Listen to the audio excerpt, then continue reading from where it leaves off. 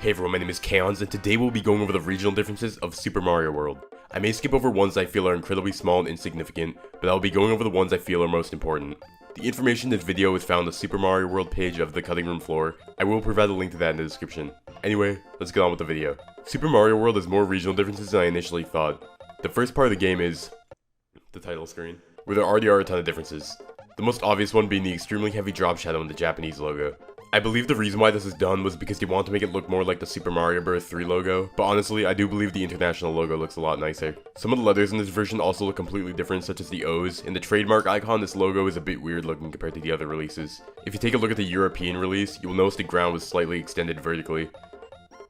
If you get all the 96 exits on the American release, you get a 96 number with a star. If you get all 96 exits on the European release, you get a normal 96 number that's blue. And for the Japanese release, you simply get a 96 number with no indication that you beat the whole game, which is probably a bit misleading since 96 is such a random number to leave the game off on. Because the number is treated normally here though, you can actually increase the exit count with the orb glitch. On my Japanese copy, 2 of my files are 98 exit files. I believe you can go even higher than that, but it's a bit difficult. Anyway, moving on. In the Japanese version, Yoshi can eat the dolphins.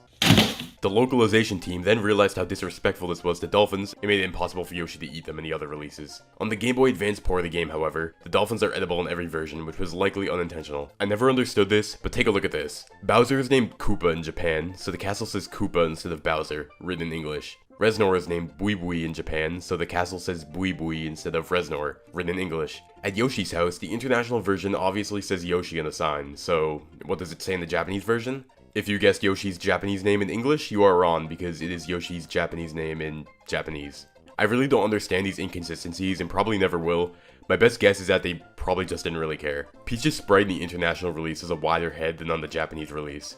I really don't understand this change, and the international sprite honestly looks worse. It is time for the level changes. In Donut Plains 2, they add an exclamation block to the beginning of the stage. My assumption on why they did this is because there is a cape block up ahead, and they probably wanted you to be normal sized Mario so you can actually get it, just in case you aren't. In Donut's Secret House, the wall was extended in the international release to fit the whole screen. The wall in the Japanese release isn't filled all the way, so there is empty space to obviously look strange. Vanilla Dome 1 replaced one of the turn blocks to a feather block in the international release. In the Japanese version, it is simply a normal turn block. In Lemmy's Castle, the time limit was changed from 300 to 400 seconds in the international releases. They made the secret exit a bit more obvious in Chocolate Island 3 by adding extra arrow signs. Honestly, it still doesn't really help though if you haven't played the game before, because I do not know how you would assume to go past the goal, but whatever. In the Ghost Ship, there are 3 1-ups that are not there in the Japanese release. In the Funky Stage and Special World in the Japanese release, the coins spell out, "You are super player." And obviously it's not correct, so the English was fixed in the international release. Because of this, you get 12 extra coins, which is cool, I guess. For the Special World level names in the Japanese release, every 2 levels have the same name, and replace the 1980s slang word names that the international releases have. Moving on to the map changes. In the Japanese release, the level names use the same number icons as the live counter. This was changed, however, in the international versions to match the level named font. 4 levels in the Japanese release have unnecessary numbers since they are just singular stages. This was changed in the international versions. Some of you may not have known this, and I didn't for a very long time, but after castles are destroyed in the international version, you can actually press L and R at the same time while on them to replay them.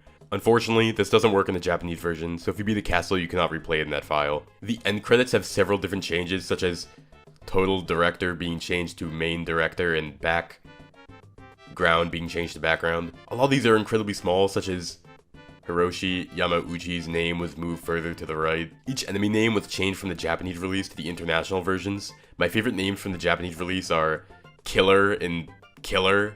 Very creative stuff. To finish off this video, there was actually a thing called the Nintendo Super System.